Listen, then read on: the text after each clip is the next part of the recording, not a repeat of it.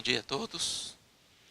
Que Jesus nos abençoe, que estejamos bastante receptivos às bênçãos dessa casa e o que este momento proporciona também para nós, como espíritos eternos, imortais, né? E refletirmos sobre a oportunidade de fazermos da nossa vida uma grande escola, um grande aprendizado. E a Casa Espírita nos oferece essa oportunidade quando nós conseguimos enxergá-la como uma escola, né? No futuro, todas as casas espíritas, elas serão consideradas escolas do espírito, né? Onde nós aqui vamos buscar de fato o que é essencial para a vida e o sentido da doutrina espírita, que é a educação, a nossa autoeducação. O tema Os Adolescentes Aprendem o que Vivenciam, ele vem já tendo uma sequência das minhas palestras que eu faço anteriormente. Já aí há mais de 10 anos eu foquei as minhas palestras nesse tema, que envolve a relação familiar, né? E é ali que está a grande esperança do nosso sucesso aqui na Terra, né? Na condição de espíritos reencarnantes. É o progresso espiritual alcançado no meio, junto à família que nós fomos colocados, né? Aí pelas leis divinas, pela lei da reencarnação, a estarmos trilhando juntos com os nossos entes queridos a grande finalidade nossa, que é alcançar a perfeição. Então eu tenho focado esse tema nas minhas palestras, que vocês já devem ter até notado isso, o tempo que eu falo aqui, né? E roda sempre no mesmo tema, porque a gente acompanha, né, como palestrante e como ouvinte também, né? Que a gente assiste muita palestra e delas tira muito conteúdo para falar aqui na frente. E é um tema assim muito raro, né? No movimento espírita. Geralmente tratam-se as causas, né? Mas trata-se o efeito, mas não a causa dos problemas que conflitam a nós, né, na condição de espíritos. Não é novidade, acho que para a maioria de nós aqui, que mídia tem.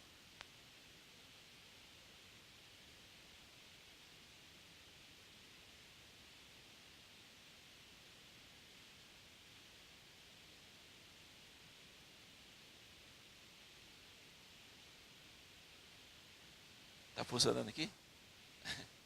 Está aí? Tá legal? Vamos lá. Então foi colocado na mídia, né, em geral, a questão da relação dos jovens com a própria vida, né, com a própria família. E o que a gente tem acompanhado nos últimos anos e está sendo amplamente divulgado, mas e o que destaca nessa divulgação é o aumento, né, da questão da depressão entre os jovens. Está crescendo muito nos últimos anos. E está por trás de tudo isso uma causa muito séria, né, que as famílias precisam atentar sobre isso. Tá? Os adolescentes aprendem o que vivenciam, é tudo o que está explicado nessa ausência que causam, às vezes, ou frequentemente, essa situação de conflito no adolescente. Sempre existiu esse conflito entre adulto e jovem, tá? Aqui na Terra. Faz parte quase que da maneira como nós construímos o nosso saber, né? E saber lidar com esses conflitos, que é poder extrair desses conflitos o saber, o aprender, que é o sentido da vida. Tá? A adolescência é a principal fase da reencarnação do espírito na Terra. Principal fase. É o momento em que o espírito está recobrando todo o seu passado. Aí o conflito é muito grande quando isso acontece, porque ele retoma a sua personalidade a sua identidade, o que de fato ele é. E isso mistura com aquilo que ele vem aprendendo desde a infância com seus pais. Tá? O conflito existe no momento em que nós queremos, ou forçamos até, que o nosso filho, que o adolescente, ele crie a identidade que está em nós. E não que se revele nele a sua própria identidade, e que através dessa revelação nós consigamos construir uma convivência harmônica, fraterna e de aprendizado. Tá? Nós não permitimos que ele seja ele, nós queremos que ele seja nós. Aí que nasce o conflito. E saber lidar com essas dificuldades é uma sabedoria dos pais. É uma sabedoria. Né? Então nós temos percebido a questão dessa relação dos pais com os jovens, embora alguns consigam traçar um plano de vida familiar saudável, tá? A maioria ainda se prende no passado, né? Na maneira como nós fomos educados, e não esquecemos que nós fomos educados numa outra geração. Né? Tem um texto que diz assim: cala a boca, já morreu. Acho legal esse texto. Lembrei agora dele, mas devia ter trazido aqui para vocês. Cala a boca, já morreu. Que antigamente era assim: cala a boca, fica quieto. Não era? Hoje não. Hoje tem que ter o diálogo, tem que ter o entendimento. É outra geração de espírito. Tá? E tudo que eu falar aqui, ele é fruto da própria convivência do lar. Eu tenho 2 filhos, adolescentes, né? E a gente aprende muito com eles nessa relação. Tá? E fruto de trabalho voluntário que a gente faz em projeto, né? Eu sou voluntário de um projeto que atende aí quase 300 crianças, de 6 anos para frente. Tá? E ao lidar com a criança, e quando ela se identifica com a gente, na condição de professores, elas acabam revelando para nós aquilo que ela vive dentro de casa. E é assim, eu teria aqui o dia inteiro para falar para vocês as situações que a gente vivencia dentro do projeto. Tá? E às vezes a criança revela, ou o jovem revela, sem ele perceber que está revelando. Em que momento que é esse? Quando que uma atitude da criança, que pela sociedade seria reprovado, né? Onde já se viu fazer uma coisa dessas? Essa criança não foi educada, não? Esse menino não tem educação? Tá? O que a gente percebe neste momento? Que aquilo que a criança faz na escola é aquilo que ela vivencia como sendo normal, natural na casa dela. Ou seja, tudo aquilo que o jovem, que a criança vê como normal dentro de casa, tende a se normalizar na vida, na sociedade. Então ela acaba repetindo onde ela está, seja na escola, no projeto, aquilo que ela vê. Né? Então esses conflitos assim, tá claro ali. Né? E para a gente que estuda sobre isso, e passa parte da nossa vida estudando sobre essa, eu tento fazer esse link, né, dessa relação da criança, do que ela é, né, a maneira como o seu espírito se revela. Isso é demais, né? Como ele se revela. E você tem coisas absurdas, enormes, né? Tanto defeitos, né? Defeitos, que você vê na criança já, que aquilo é do espírito mesmo, e que os pais precisam observar isso. Né? Às vezes acha que é engraçado, que é bonito.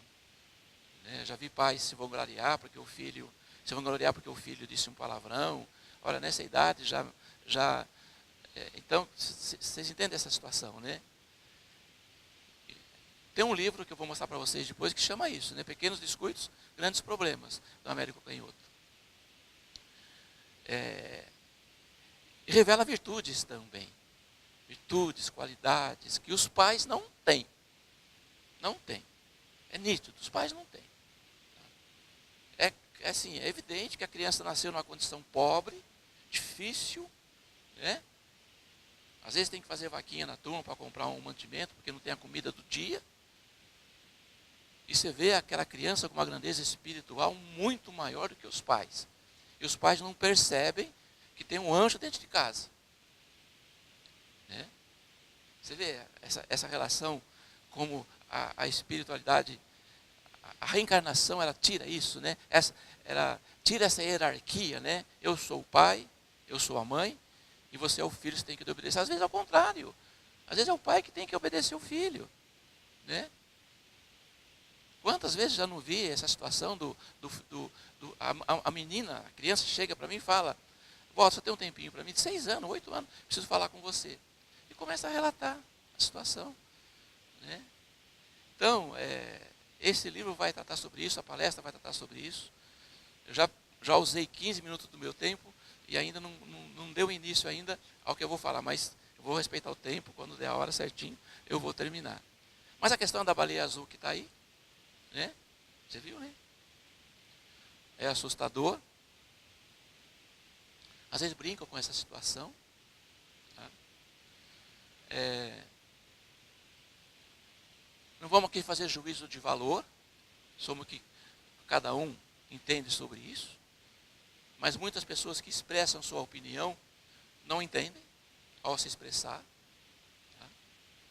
E colocam que é falta de apanhar, falta de surra, falta de limite, falta de punição, né? Que os pais são muito frouxos, né? E a criança monta em cima. Não é isso, não é. Justamente a questão pode ser o inverso, né? É a falta de um diálogo, de um entendimento que causa tudo isso. Né? Muitas vezes os pais dizem isso, né? Que a falta de respeito dos filhos gera a violência, né? Gera a indiferença. E ao contrário, é a violência, é a indiferença que gera a falta de respeito nos filhos. A gente vai ver isso. Nenhuma criança, nenhum filho vai querer ouvir os conselhos de quem ele tem dúvida se o ama de verdade. Se tem a dúvida, ele não vai. Ele procura um estranho, mas o pai e a mãe ele não procura. Tá? Então, é o poder do exemplo dos pais na educação dos filhos. Eu usei 2 livros básicos aqui para falar sobre esse tema, que é Os Adolescentes Aprendem o que Vivenciam. Esse livro não é espírita, mas ele tem um conteúdo espiritual profundo. Tá? Ele é gostoso de ler esse livro, porque cada capítulo ele aborda uma situação conflituosa e conta uma história. Quem gosta de ler histórias, vai ter muitas histórias para ler nesse livro. Né? E o livro da Dora Encontre, Educação segundo o Espiritismo, que é um clássico do movimento espírita, deveria ser o livro de cabeceira de todos os pais, né? Porque ali ela traz mesmo, aborda de uma forma precisa a questão espiritual do ser, tá? Desde a infância. Aqui vamos falar um pouquinho da questão da reencarnação, né? Que André Luiz trata. Todos somos irmãos, constituindo uma família só perante o Senhor, mas até alcançarmos a fraternidade suprema, estagiaremos através de grupos diversos, de aprendizado em aprendizado, de reencarnação em reencarnação. Aqui ele está trazendo a questão da família, né, da necessidade da família, da composição da família. A família tradicional que nós aprendemos na escola, ela sofreu transformações, né? Ela ainda continua, mas ela convive hoje com outras formas de família. Tá? Que é a família constituída por 2 mães, uma mãe e um pai, uma mãe, 2 pais, avô, avó. Tá? Hoje existe muito a questão da família monoparental, né? É só a mãe ou só o pai, né? Que convive com o filho. mas é avó, é verdade. Então sofreu essa mudança. Mas não importa como a família é constituída. O que importa é como nós aprendemos com ela, né? E como nós formamos essa família e a grandeza do amor que reside ali. Eu gosto de falar essa frase de um padre, Heber Salvador de Lima. Ele escreveu um livro de poemas, de frases também. E ele fala uma frase interessante. Ele diz assim: não é o tamanho da casa que a torna feliz e bela, mas o tamanho do amor que reside dentro dela. Isso que é importante. Não importa o tamanho da sua casa, se ela é grande ou se ela é pequena. Não importa que você vive com 2 pais ou com 2 mães. Né? Eu achei legal uma frase. Às vezes as pessoas contestam, né, a questão do casal homoafetivo, né, adotar criança. É contra isso. Né? Eu não sou contra, não. Manifesto publicamente, eu não sou contra. Porque eu sempre acredito que se um casal homoafetivo conseguiu adotar uma criança, é porque ela foi abandonada por um casal. Tá? E isso que a gente tem que pensar. Tá? A questão dos conflitos familiares, Leon Tolstói trata dessa maneira. Ele diz que todas as famílias felizes se assemelham. Mas cada família infeliz é infeliz do seu modo. Isso aqui eu acho uma frase fantástica, né? Porque as famílias felizes se assemelham. Né? E o que traz de semelhança nas famílias felizes? Justamente a disposição para o diálogo, para o entendimento, né? Para o gerenciamento dos conflitos. Né? Quando surge um problema, vamos conversar. A questão da religiosidade está presente, né? Uma busca pelo reino de Deus, aquela identidade espiritual que a família traz, né? Identificação. Agora os problemas, cada um busca do seu modo, né? Jesus no lar, ele está trazendo aqui, no capítulo 1, fala do primeiro evangelho no lar realizado na terra.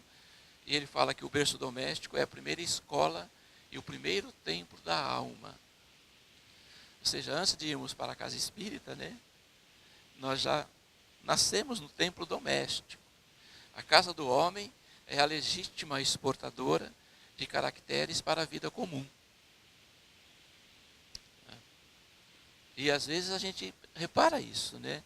O comportamento dos jovens na sociedade, perante a sociedade. Já não passou isso por nós assim? Olhar uma criança e falar, essa criança não recebe educação em casa? Ou seja, André Luiz está falando aqui. E nós exportamos, às vezes, ou frequentemente, esse tipo de personalidade para a sociedade. Né? Que são os nossos filhos. A casa do homem é a legítima exportadora de caracteres para a vida comum. Como esperar uma comunidade segura e tranquila sem que o lar se aperfeiçoe? A paz do mundo começa sob as telhas a que nos acolhemos. Se não aprendemos a viver em paz entre 4 paredes, como aguardar a harmonia das nações? Aqui Divaldo fala para a gente nunca desistir do filho. Quando a gente fala esse tema, geralmente aparece alguma mãe, algum pai dizendo, eu já ouvi falar isso. Né? Eu desisti do meu filho, não dá mais. Não tem mais jeito, meu filho não tem mais cura, não tem tratamento. Né? Quando eu acordei para a realidade, já era muito tarde. E André Luiz e o Divaldo fala isso, se por acaso e por inexperiência não orientamos bem o filho na primeira infância, é sempre tempo de recomeçar, porque estamos sendo educados até a hora da própria desencarnação. Os pais que não lograram encaminhar bem os seus filhos, porque lhe faltava o equilíbrio do discernimento, quando se estava no período da formação da personalidade. Essa formação da personalidade diz período infantil, fase infantil. O espírito eterno ainda está adormecido. E a gente não conseguiu ainda dividir essas fases. Quando os pais acordam, os filhos já se tornaram adolescentes, já se tornaram adultos. Aí dificilmente se colhe aquilo que não se planta, né? A colheita é eterna a colheita, né? É livre, a colheita é livre, a semeadura que é obrigatória. Mas vamos lá. Então, o que não fez isso no período fértil, o período fértil é o período adequado, tá? Onde os filhos estão em busca de aprender com os pais. Eles desejam isso, eles clamam por isso, quer a presença, né? Isso às vezes nós negligenciamos. Pode recomeçar, então se não foi feito nesse momento, pode recomeçar em qualquer instante, de maneira suave, perseverante e otimista, através do exemplo da vivência e do amor. Então a educação dos filhos que revela a virtude dos pais. Essas são obras que a gente traz aqui para ajudar os pais nessa tarefa, nessa missão. Tá? O livro que é Os Adolescentes Aprendem o que Vivenciam, a Educação segundo o Espiritismo, Pequenos Descuidos, Grandes Problemas. A mesma autora que escreveu o livro Os Adolescentes Aprendem o que Vivenciam, numa linguagem mais simples, escreveu As Crianças Aprendem o que Vivenciam. Walter Barcelos escreveu o livro Homossexualidade, Reencarnação e Vida Mental. Educadores do Coração, Crianças Índigo, um livro contestado por alguns espíritas, mas tem um conteúdo profundo no que diz respeito à relação pai e filho. Tá? O que se contesta aí é que muitos pais generalizou, né? Acreditando que todas as crianças são índigo, mas não é assim. Tá? Nascidas de 1980 para cá. E a arte moral de educar os filhos. Isso são livros clássicos, tá? São livros assim que realmente, de fato, vão ajudar os pais. Né? A gente precisa tirar de algum lugar o aprendizado. Precisa tirar de algum lugar. A gente não aprende só ouvindo, não aprende só lendo. A gente aprende fazendo. A gente pode ter um sermão maravilhoso, mas as coisas vão acontecer no momento que eu fazer. Né? E eu sempre gosto de falar isso nas minhas palestras, porque querer extrair conhecimento das palestras, não se extrai. Se extrai informação. Tá? A gente precisa entender o que é informação e o que ela se difere do conhecimento. Palestrante não transmite conhecimento. Tá? O conhecimento é produto da assimilação, da compreensão, da informação que eu recebo. Isso que é conhecimento. A informação é transmitida no coletivo. Conhecimento não, é individual. É como eu interpreto o que eu ouvi, é como eu entendo, é como eu assimilo, como eu compreendo e como eu me esforço para transformar isso numa realidade, numa prática. Tá? Então aqui a Dora Encontre fala que deveria começar cedo a preparação do homem e da mulher para as sagradas funções da maternidade e da paternidade. Desde criança, todos deveriam sentir o que há de alegria, responsabilidade e grandeza nessa tarefa. O que a gente percebe às vezes, quando o jovem diz que não quer casar. Né? O negar o casamento é praticamente negar a constituição da família. E quando ele nega a constituição da família, é possível que nessa negação esteja presente, tá? A família que ele vive. Se for para formar uma família como a minha, eu prefiro não formar, prefiro viver sozinho. Tá? Como que isso é verdade? Né?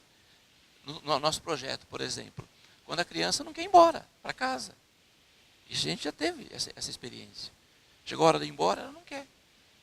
E chora para não ir embora. Aí você vai conversar com ela, ela diz, não, em casa não tem ambiente. Né? Muito conflito, muita briga, muita discussão. Pelo menos aqui eu consigo conversar, eu consigo ter momentos de alegria. Né? E tudo isso é mostrado para a criança no período infantil. Criança vê, criança faz. Então no período infantil isso deve ser mostrado primordialmente pelo exemplo dos pais. a vida intensa em família.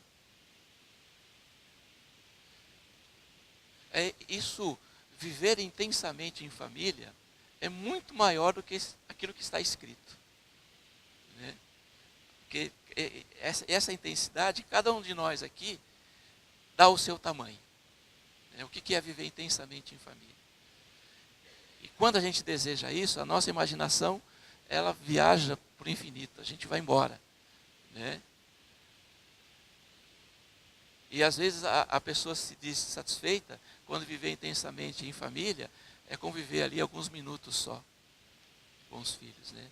Eu estava assistindo certa vez um pediatra, um programa tratando desse assunto, né, sobre a relação de pais e filhos, os conflitos familiares.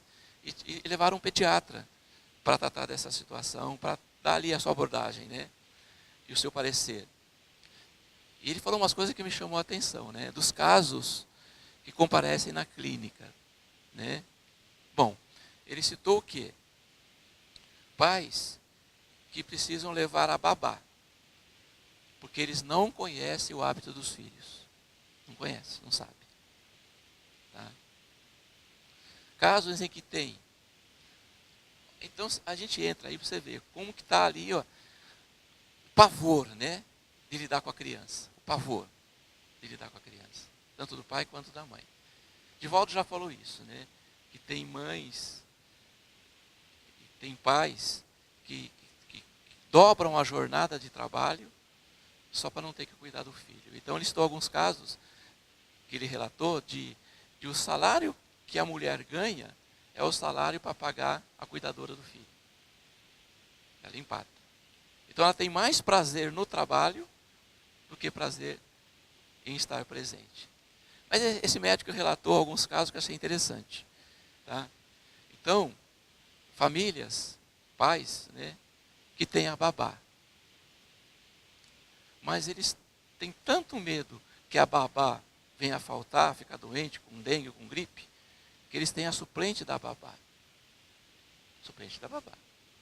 E ele relatou casos de pais que o pavor é tão grande que tem a suplente da babá. Né? Então ele quer eliminar qualquer possibilidade de ter que passar um momento com seus filhos. Né? Qualquer possibilidade. É uma questão, assim, que a gente às vezes fala, poxa vida, que criança mal educada, que criança. Aí, a baleia azul, a baleia amarela, a baleia cor-de-rosa, não importa a cor da baleia. Quem está observando a cor da relação? Né? É isso que está perigoso. Quando aconteceu o caso da baleia azul, não é a baleia que deu essa situação, está vindo lá atrás. Então, a vida intensa em família, a participação conjunta de adultos e crianças nos problemas do cotidiano, é muito bom a gente possibilitar que nossos filhos participem dos conflitos. Participem dos conflitos. A gente, chega a ser o extremo, às vezes, de querer blindar os nossos filhos dos problemas, como se a vida para ele fosse a vida fosse um intenso parque de diversão, e os filhos têm que saberem mesmo, né? Saber que está tendo problema financeiro, de saúde, né? Problema de relacionamento. É daí que as crianças vão construir o mundo dela, né? Os momentos bons, e eles têm que saber que tem momentos difíceis também. Então, a participação conjunta de adultos e crianças nos problemas do cotidiano. O envolvimento inteiro de pai e mãe com os filhos e sua dedicação constante. Diálogo, ao invés de violência e autoritarismo. Amor, ao invés de exigência e opressão. E empenho pela felicidade do outro, ao invés de indiferença. Tudo isso vivenciado em família, fará de nossas crianças bons futuros pais.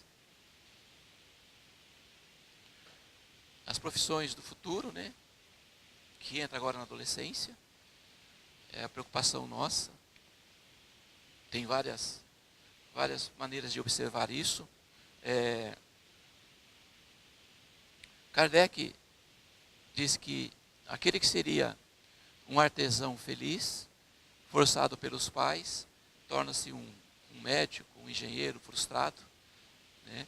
Tem casos relatados já de filhos que, ao terminar aquela formação que o pai impôs, depois vai estudar aquilo que ele queria fazer. Tá? Então, essa questão da profissão do futuro é importante, mas a importância é dada no peso que nós atribuímos a ela. Nesse livro, as crianças aprendem o que vivenciam. Diz assim: como pais e mães, não deveríamos almejar que nossos filhos realizem nossos sonhos. Tá? E isso está presente mesmo, né? A gente querer que os filhos realizem sonhos que não são deles, sonhos que são nossos. Tá? Seria muito mais sensato se nos concentrássemos naquilo que eles estão fazendo para beneficiar seu próprio futuro, em vez de nos concentrarmos naquilo que queremos que façam para nos agradar. Não devemos esperar que cumpram nossos desejos, mas que descubram maneiras de concretizar suas próprias aspirações. Tá? Então, o propósito da adolescência é crescer, é o segundo nascimento. Nós já saímos da nossa adolescência, e talvez não percebemos isso, mas tivemos perdas quando a gente... o momento da adolescência é difícil por isso, né? Porque ele já praticamente é um adolescente, mas ele não se sente adolescente ainda. Porque ele tem os mesmos desejos da criança. Ele quer brincar às vezes. Né? Então o que ele perde? Ele perde a infância. Ele perde aquele tratamento que os pais tinham quando ele era pequeno. Né? Os pais passam a exigir mais. Agora você não é mais criança, você já é um adulto, e às vezes não é. Né? Pode ter o corpo ou a idade de um adulto, mas não tem ainda. Então ele deseja fazer coisas que criança quer fazer. E nós também fazemos isso, não é? Você não faz coisa de criança não, Zé? Faz, né? Então, poeticamente isso é maravilhoso, né? Poeticamente. Não devemos matar a criança que existe em nós. Mas às vezes queremos matar a criança que está no nosso filho, né? Você não é mais criança. Você tem que ter responsabilidade. Tá? Não é verdade? Para nós é maravilhoso. Poeticamente é lindo. Mas na relação pais e filhos tem um peso diferente, né? É isso que a gente tem que observar, né? O que prepara uma criança para ser um adulto é ela poder ser criança. Isso é fantástico, né? E aí a gente vê o adulto fazendo coisa de criança, né? Porque não pôde fazer na infância. Interessante isso. A verdade está no livro Os Adolescentes Aprendem o que Vivenciam. Queremos que tenham a liberdade de nos contar a verdade sobre o que estão fazendo, porque isso nos permite protegê-los melhor. É muito difícil querer extrair de um filho a verdade quando ele já está na fase adolescência e adulto. Muito difícil. Mas quando se constrói isso desde a infância, uma relação aberta, fraterna, de envolvimento, né? De não punição, de não castigo. Então, o adolescente, ele aprende a mentir na infância. Quando ele é punido, quando diz a verdade. A humanidade ainda não percebeu isso. Né? De onde nasceu a mentira? A mentira nasce à medida que o sujeito que diz a verdade, ele é punido. Tá? Ele é punido. Então, acho que é interessante até pensar na delação premiada sobre isso. Delação não, na revelação premiada. Né? Olha, diga a verdade que a punição não vai ser tão alta assim. E é importante extrair essa verdade da criança. Então, desde pequeno, ele aprendeu, poxa vida, se eu falar que foi eu vou apanhar. É óbvio que eu vou apanhar. Então, eu digo que não foi. Foi o gato, foi o cachorro, foi o vizinho, foi o irmãozinho. Né? Então, ele fuge da verdade. Então, queremos que tenham a liberdade de nos contar a verdade sobre o que estão fazendo, porque isso nos permite protegê-los melhor. Muitas vezes não ficaremos satisfeitos com o que ouvirmos, mas é melhor do que não saber. Bem melhor. As decisões que eles terão que tomar, ao enfrentar uma decisão difícil, um garoto que tenha sido criado para pensar e agir com integridade, pensará: essa é a maneira como agimos em nossa família, e buscará forças para fazer o que é certo em seu íntimo. Isso é muito grande nessa hora, né? Porque a grande preocupação dos pais é essa: quando os filhos saem de casa e vão morar sozinhos, vão morar com os amigos, né? Vão fazer a faculdade, vão estudar fora, ou mesmo aqueles que as saidinhas, né? As baladas, o que eles estão fazendo? Tá? E na infância, quando isso é construído, vai se perpetuando, vai ficando com uma regra que ele mesmo criou, e não que foi imposta pelos pais. É importante isso, a gente permitir que os filhos criem suas próprias regras. E que essas regras tenham como base aquilo que ele vivenciou dentro de casa. Aí traz a segurança. Aí vai acontecer isso, né? Ao enfrentar uma decisão difícil, ele vai pensar: essa é a maneira como agimos em nossa família, né? Deixa eu passando aqui que eu já avancei bastante.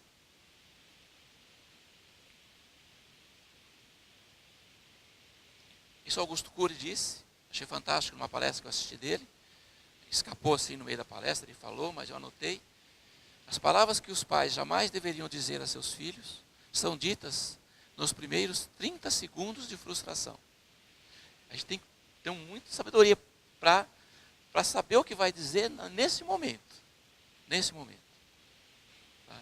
Porque pode mudar a direção da vida de um espírito. Eu li uma frase que diz assim, achei interessante essa frase: se um trem passar por cima de mim, eu posso levantar, sacudir a poeira e seguir adiante. Mas uma palavra pode me derrubar.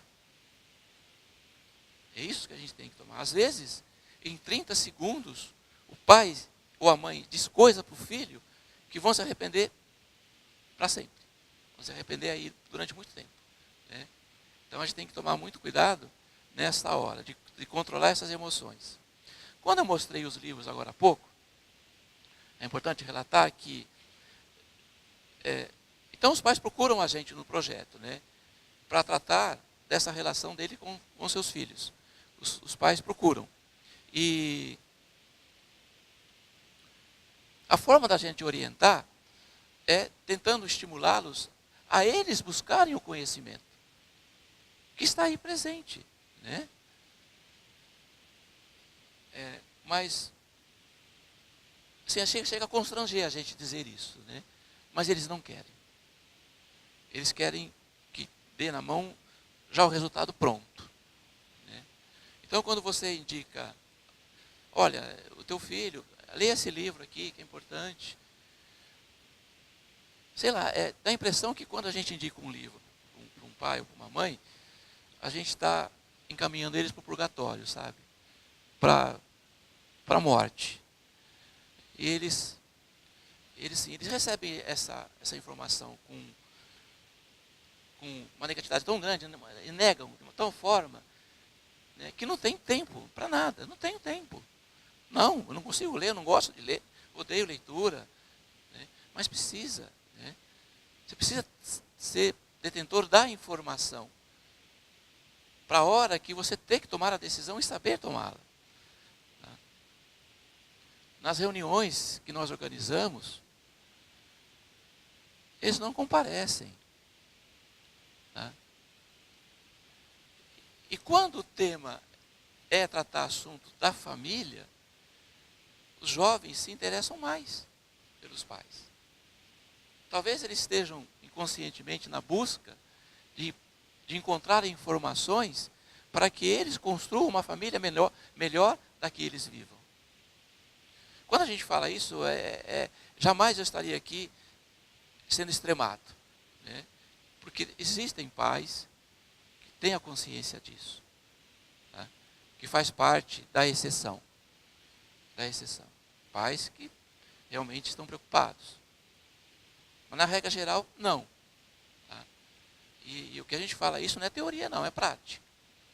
Quando você trabalha com o povo, com o trabalho social, você lida com essa... A gente tem condições de transmitir essa informação.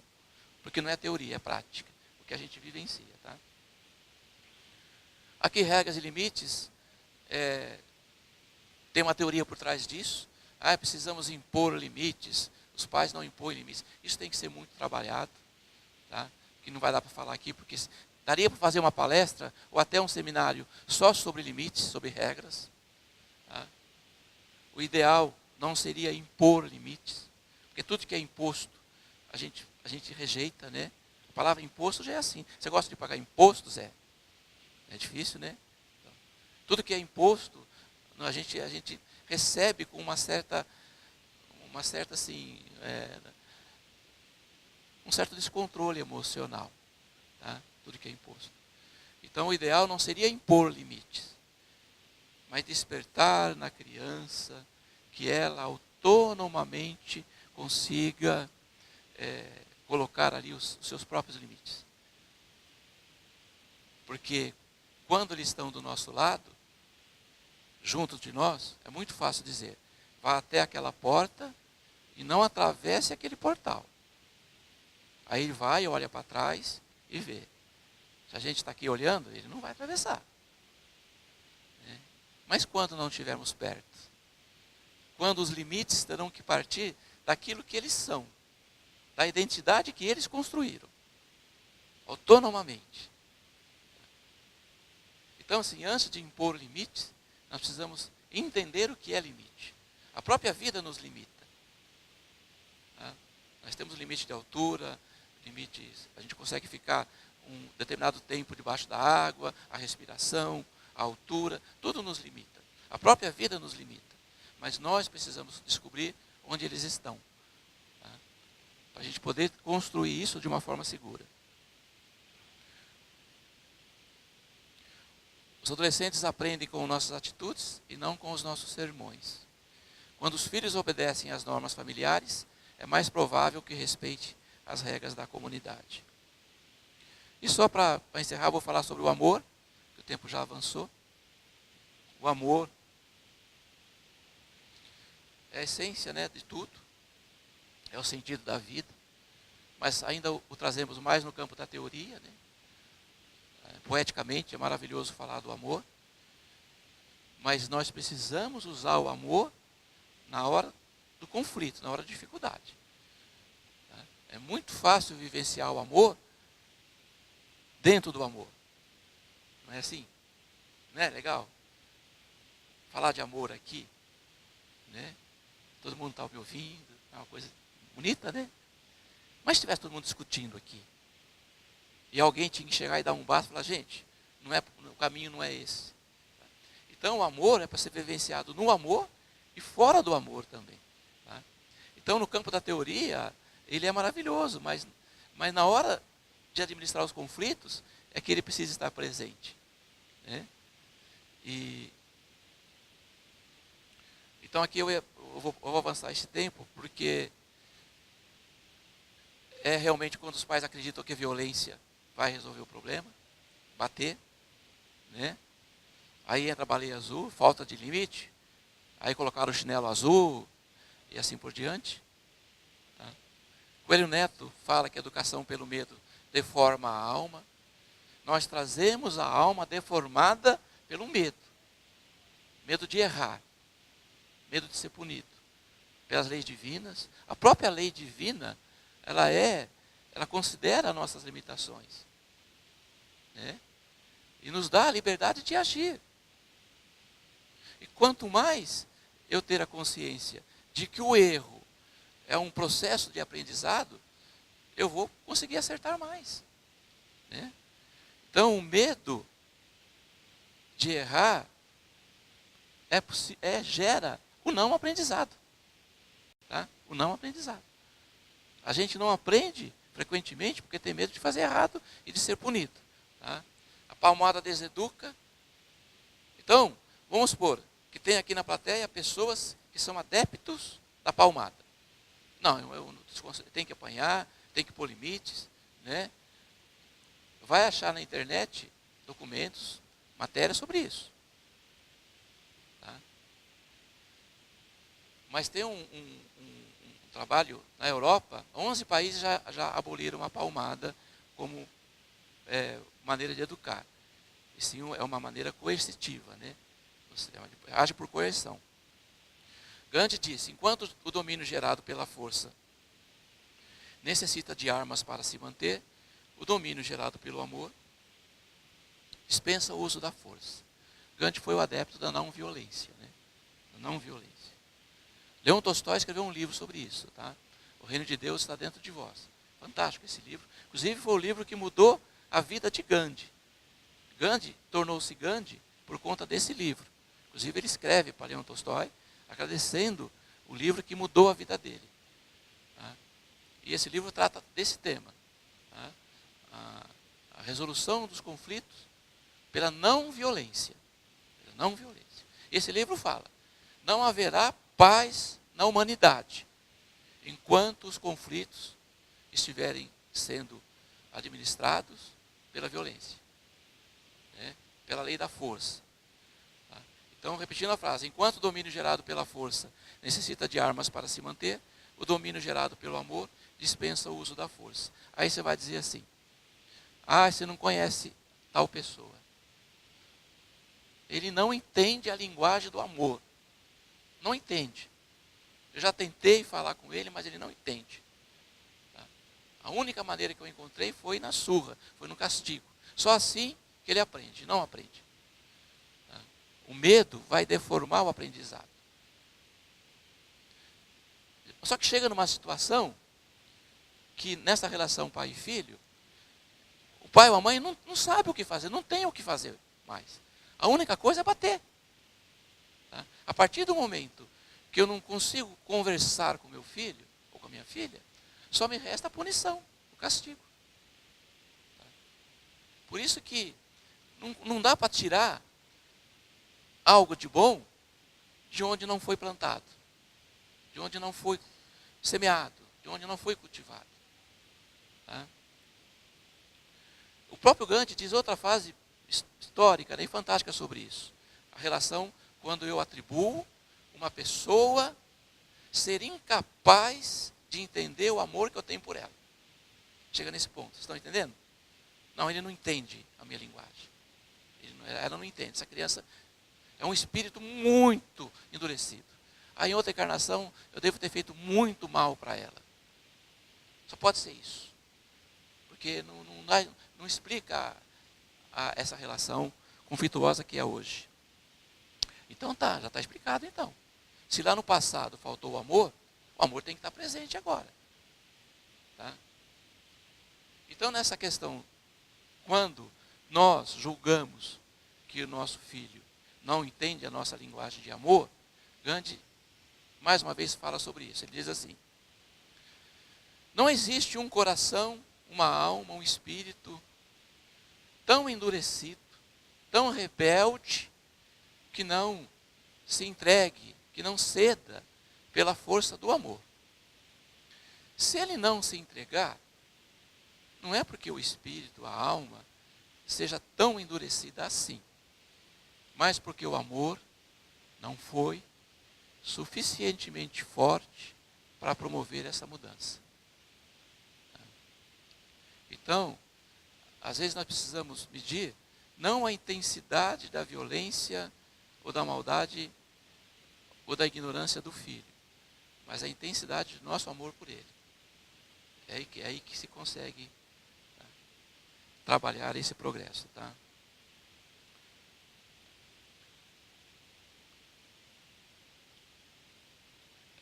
A questão aqui, quando há separação, né? E o pai senta para conversar com o filho. Mas porque foi a cartinha da professora, tal. Mas não sentou para conversar antes, né? Não teve tempo. Tá? E eu queria repetir para vocês esse texto aqui, que eu falei na palestra anterior, e agora eu vou encerrar, sobre o amor. Né? O amor tudo pode, como está escrito aqui, disse Paulo, tudo pode. Não tem isso, quando se fala de amor, ele pode tudo. Até aquilo que a gente acredita que ele não pode. O amor é tão grande, vê que a grandeza do amor como é que é, né? Ele pode até aquilo que a gente acredita que não pode, mas ele pode. E a Dora Encontre, a autora do livro Educação segundo o Espiritismo, ela diz assim: o amor se muda, se adapta, se transforma, se sublima, mas nunca desiste. O amor pode estar triste, agitado, aflito, cansado com os atritos do dia a dia. Mas se for amor, nunca esfria. O amor tudo sofre, diz Paulo, e nunca se acaba. Mesmo ofegante, prossegue. Mesmo ferido, perdoa. Mesmo desacreditado, insiste. E mesmo rejeitado, resiste. O amor tudo pode, tudo alcança. Força divina que nos move e nos transfigura. O amor é feito de eternidade. O ódio vai acabar. A indiferença vai acabar. Essa relação conflituosa vai acabar.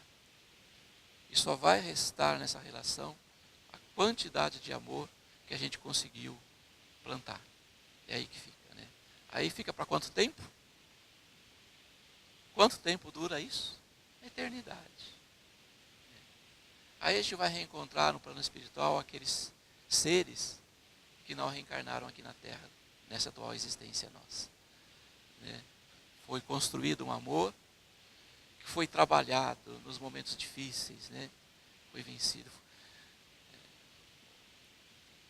O amor, ele pode,